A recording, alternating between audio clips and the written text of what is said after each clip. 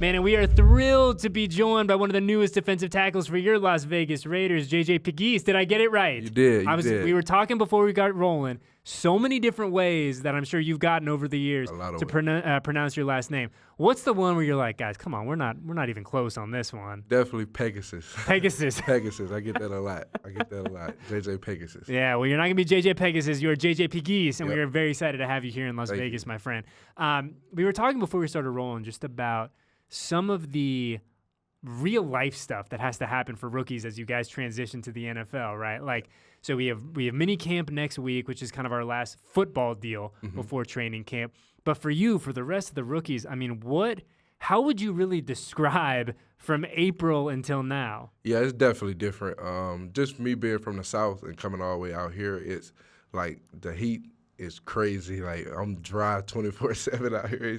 It's crazy. You got to double up on lotion, Vaseline. But no, it's definitely a change for all rookies. You know, if you're looking for a place, getting like your stuff back from home and shipping it and all that. So you have to stay here for longer. And for me, I just don't want to, try to go back home when we do get the break, just because I'm still trying to get used to the place. So it's definitely different, but it's a good difference. It's a blessing for sure. And we were talking too, like, you're a dude who, I mean, you're from the South, right? Yeah, like, you're a dude who is not in a bad way, but stayed close to home, very much by design. And now you wake up, and this is the furthest west that you've been, right? And I would imagine that you're kind of discovering and you're learning all different sorts of stuff about your new place, kind of day after day here. No, definitely. I mean, I see something new every day. I go out, They was like, when it rained here, it floods. So I'm like, it'll rain often. But like in Mississippi, it rained 24/7. And then out of nowhere, the sun want to come out and get hot. So, but the humidity there is crazy too. You step outside, you start sweating. Here you step outside, you practice or something, you don't know you lost 10 pounds because you're not sweating. So it's definitely different. But again, it's a blessing to be here. I'm glad I'm here. And speaking of practice and the on-field portion of all this, right? We talked about a week out from mini camp. You guys are in the midst of OTAs right now. Like, for you, how has that adjustment been from, hey, I'm a college student athlete, I know what a kind of an Ole Miss practice looks like and feels like, to now transitioning to, again, obviously not full contact or anything like that, but transitioning to this portion of practice as a professional? Yeah, it's definitely different, but I'll say a good different because, well, Kiffin was with Pete Carroll a little bit, so all of his things about winning and just being locked in and stuff like that and competing, I'm kind of used to it. I heard it before, and the practice style is a little bit like Kiffin as well, so I can see where Kiffin gets his coaching from, but it's really just being a pro. I know all the coaches in college always say at the next level it's more about being a pro. You're not going to be in pads a lot or anything like that, so the walkthroughs are important, watching film. So definitely just adjusting to that, being able to know more football, because at the end of the day, I mean, they got drafted for a reason. People get paid a lot of money for a reason. If you just, break down film, know more football, that's how you get the winning edge. You talk about kind of that relationship that living that Kiffin had with Pete, like, and I'm sure there's certainly things that are going to be different, right? Inherently, they're two different dudes that go about things in their own ways. But has it been nice for you to kind of see some of that crossover, some of that similarity in a time in your life that is all new? Definitely. It definitely helped a lot. I know it's when Kiffin had a basketball goal in our team meeting room at Ole Miss, and Pete got one as well. So just those small things is definitely something good to be able to see and know that, okay, I am far away, but things don't change as much. Football is football, and again, like I say, you just got to be a pro. One of those big additions, right? And we talk to all rookies, and we've done this for so long, but you kind of hear one of the things that's consistent when you say, okay, like, what's the biggest, I don't want to say difference, but something that you notice is different. Well, it's all of a sudden there's 90 guys in this locker room that are NFL players, right? Like, none of these dudes, with all due respect, are going to be accountants or selling insurance come the fall, right? These are all professional football players.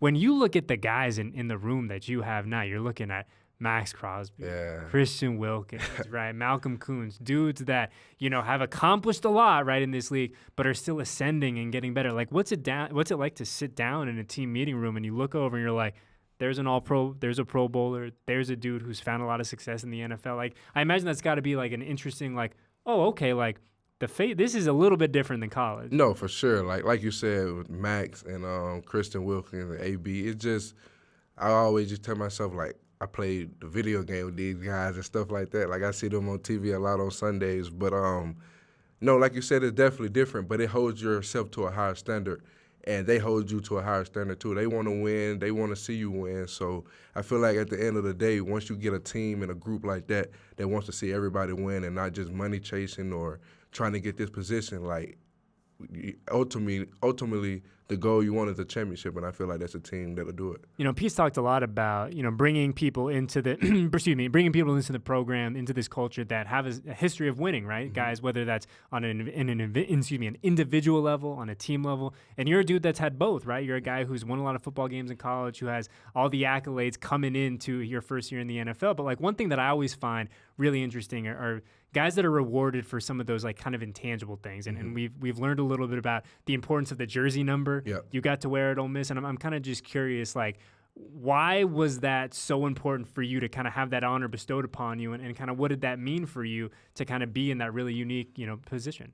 It definitely was very important for me to get.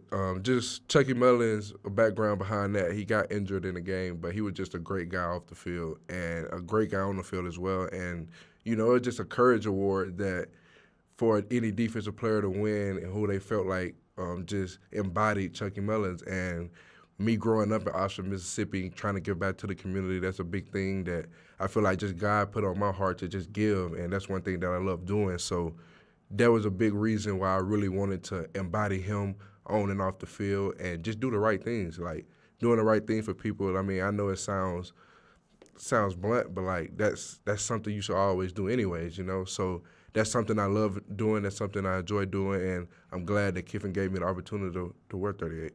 And yeah, I guess just on like a very human level, like how cool was it to get to play football at home, right? To play in front of your friends and family. And I imagine that like you'd been to that stadium at least a handful of times growing up before you put that jersey on for the first time. No, it was crazy. Like it's just like playing in the backyard. I mean, my house where I grew up with was like 6 minutes away. So crazy. I mean, it's right there. But definitely the struggle was trying to get tickets. You know, I'm looking at 15 to 20 tickets a week. So thankfully, they gave me opportunity to make that happen. But, yeah, it was a dream come true. I mean, don't too many people say they play football in their backyard, so I actually did it, which is fun. I mean, DK Metcalf did it as well, and that's something that really opened me up. I'm like, maybe I could try to do it as well. So. Yeah, I mean, very cool. And like you said, there's so few people, especially at this level, that get to kind of look back and say, I got to live out like the little kid dream, right? Like I got to, you know, like you said, play football in my backyard at a really high level, do it in front of my friends and family. So really, really cool. And obviously more exciting things to come in 2025 and beyond. But, you know, it's so interesting, JJ, like when we found out you were joining us, right? And everyone on draft weekend is going through the stats and what you bring to the table and always going to, you know, stop the run here and can be stout defensively there. But it's hard not to get excited when you see this big fella rolling, mumbling, stumbling at the goal line with the ball in your hands, man. I was doing the math earlier today, and I think it was like 1 out of every 3 times that you touched the football, it ended up in the end zone. Like that's a pretty good percentage, my friend. Yeah, me and Ashton were actually just talking about that. He's seen a couple highlights of me running the ball, so I said, man, look, I'll block for you first, but look, we get to that goal line, I got to get in the end zone. But no, it's fun. You know, like I said, living every big guy dream. You know, high school I played offense. Like that's all I played: receiver, quarterback, running back. Never played defense. Came to Auburn, played tight end my freshman year, and then my sophomore year we got a new coach, and I went to defense. And from then I've been playing offense and defense.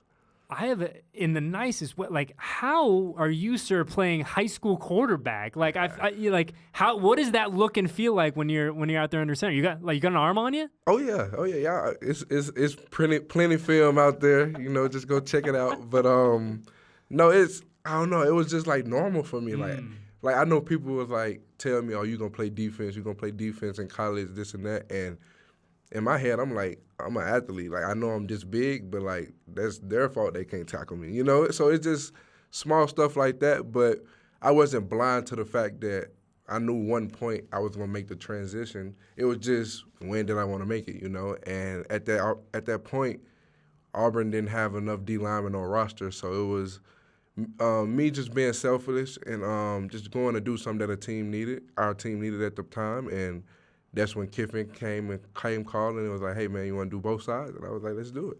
7 touchdowns in a year for any college run, like that's a good number, but especially for a dude like you who primarily is playing on defense is great. Like, do you at some point run out of like touchdown celebrations, right? Because like, you know, you're not one of the skill position guys where you're like, hey man, like there's a chance I'm gonna get in this week. That's a 7's a big number, dude. No, so around 3 or 4, the old lineman would be like, man, you got to come up with some touchdown dances. Like, so at practice, when I go over there that period, I'll just come up with touchdown dances with the old lineman. So it was fun, you know, doing that. You see the TikToks of the Vikings and stuff like that doing it. So we tried to do something like it.